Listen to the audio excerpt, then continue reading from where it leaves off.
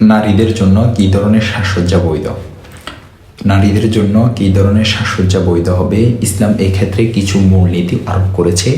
মূলনীতিগুলি হচ্ছে: এক, কোনো সাজসজ্জা হারাম হওয়ার ব্যাপারে যতক্ষণ পর্যন্ত দলিল পাওয়া যাবে না ততক্ষণ পর্যন্ত তা বৈধ, আর হারাম হওয়ার দলিল পাওয়া গেলে তা অবৈধ, কেননা বস্তুর মূল হচ্ছে বৈধতা। সূরা আরাফ ৩২ নং আয়াত।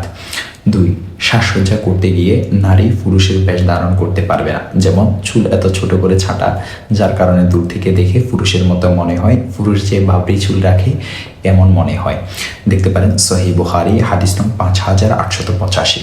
৩, সাজসজ্জার ক্ষেত্রে অমুসলিম কিংবা প্রকাশ্যে পাপাচারে লিপ্ত নারীদের অনুকরণ করা যাবে না।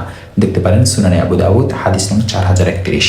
৪, সাজসজ্জার ক্ষেত্রে ক্ষতিকর বস্তু বা প্রসাধনী ব্যবহার করা যাবে না। দেখতে পারেন সুনানে দারাকুতনি হাদিস নং 3079।